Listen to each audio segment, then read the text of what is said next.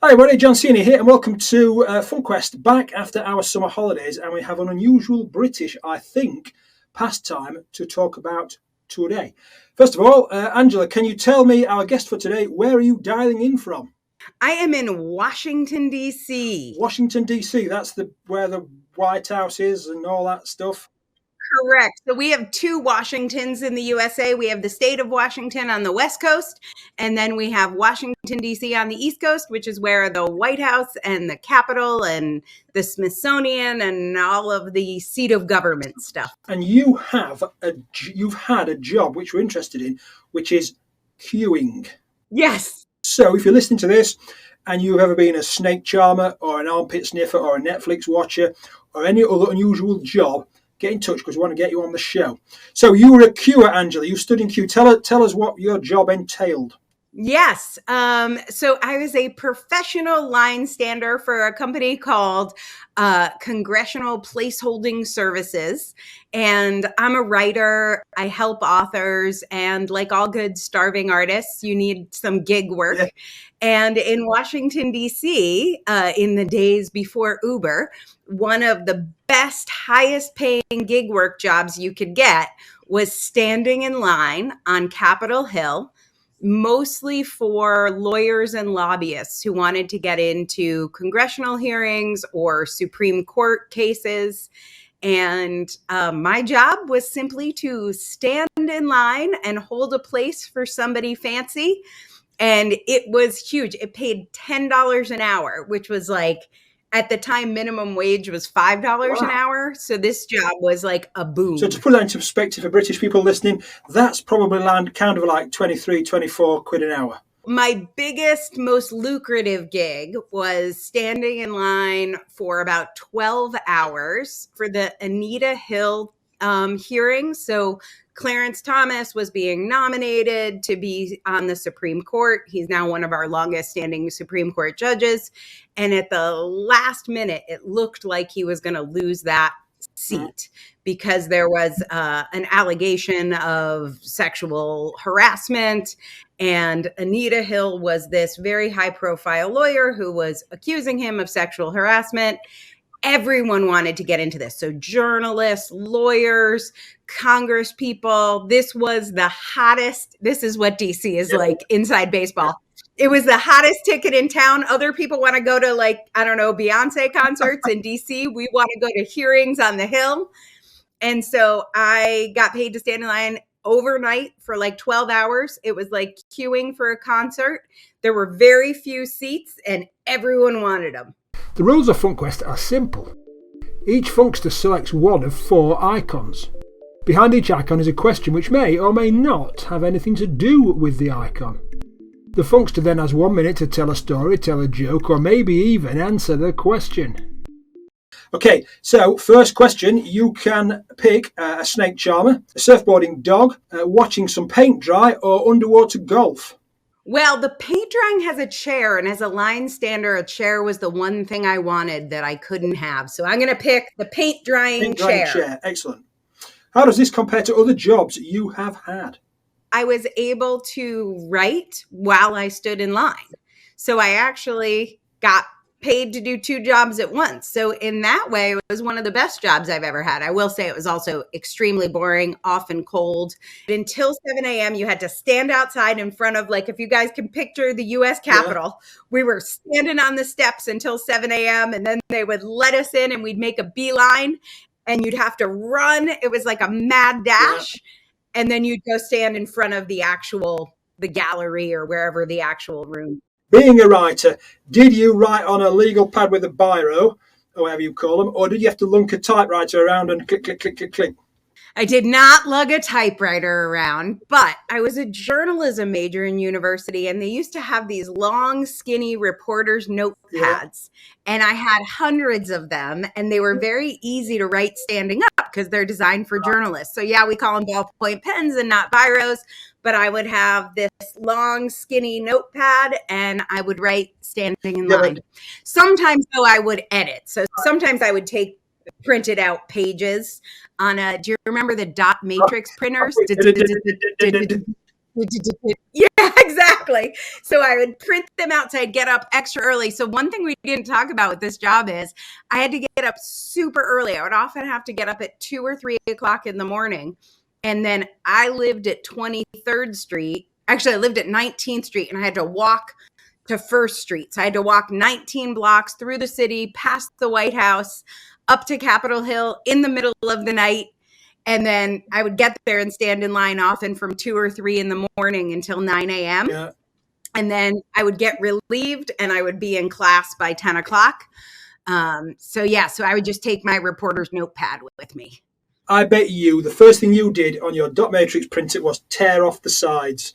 Oh my God, I forgot all about those little holes. And then you'd tear them off because you had to. Satisfying. Excellent. Or whatever. So how long would the queue reach? Each conference room had a certain number of seats.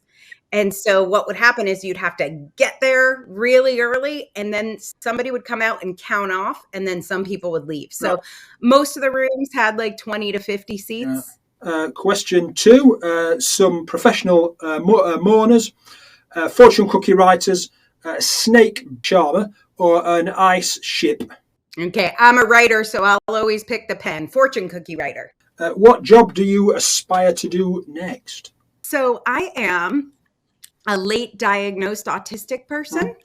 And my newest career aspiration is autism advocacy. And I have a podcast called the Autistic Culture Podcast. And I've been doing some corporate training on training mixed neurotype teams. So I'm doing much more in autism advocacy work right now. So when you were sat in the line or stood in the line or shuffling along and all that kind of stuff, do you think, I really don't want to do this forever? Or was it a case of, this is paying good money?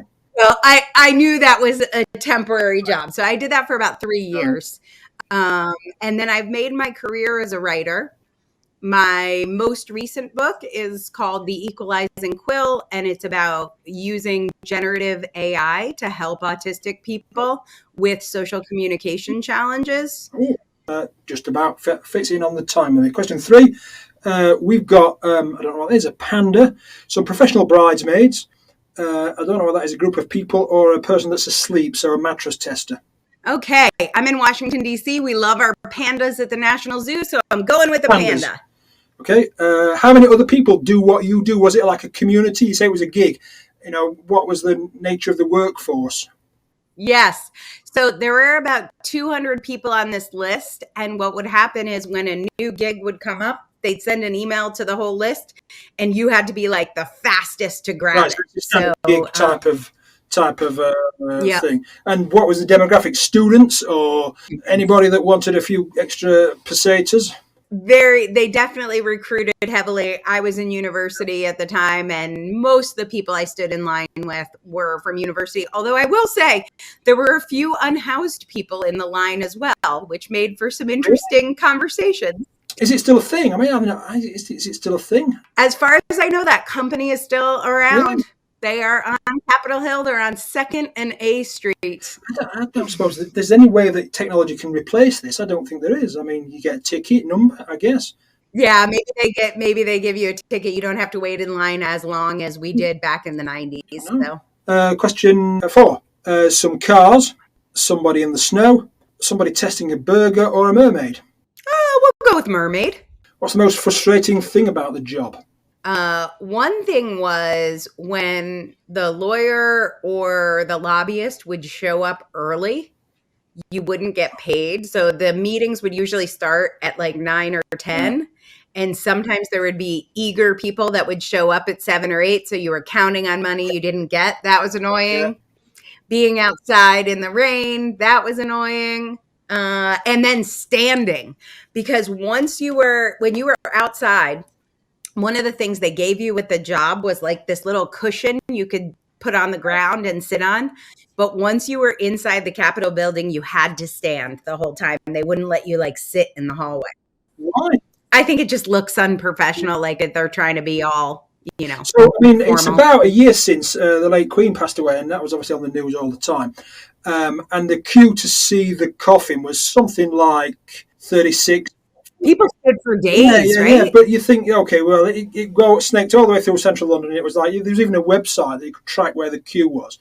And you think, oh, we're just going to get from here to the other side of that football field. Well, that actually takes about 10 hours because you go up and down and up and down and up and down and up and down, right? But it's the psychology of it, I guess. Once you were inside like the U.S. Capitol or one of the Capitol buildings, you did have to be dressed formally. So there was a dress code and you had to, uphold the decorum that is befitting, obviously, the, U.S. Congress. And what question are we on? Question 5. We've got a professional Netflix watcher, what looks like, I don't know what that is. We'll skip that one. A person that's listening to a wall or an armpit sniffer. It's very hard to resist the armpit sniffing. Let's go that way. What's the most rewarding part of the job? And don't say the cash. Uh-oh. I will say it was the people that I met standing in line. And this is also true. So I'm going to tell you a secret about my life. That this is not the only line I have stood in. It is the only lines I've stood in that I've been paid. But I spent 4 years as an Uber fan for the band Crowded House. Yeah, I heard of that. And I traveled all the world seeing Crowded House shows. And I would stand in line for hours and hours. And the same thing with standing in line for Crowded House as standing in line at Congress. When you just have to stand there for hours, you can have a great time with the people in front and behind line with you, and it becomes entertaining in and of itself. Because you've got a shared common goal or interest. Yeah, I mean, standing in line at Crowded House was more fun because there were sing-alongs involved. Yeah. But I am a quiz show person. So when I would stand in line for congressional placeholding, I would bring quiz questions and books of quizzes and Uno cards. So tell me about Crowded House. I mean, when you're an Uber fan, you just travel around the world just like as a hobby, or were you some kind of official person? Yep.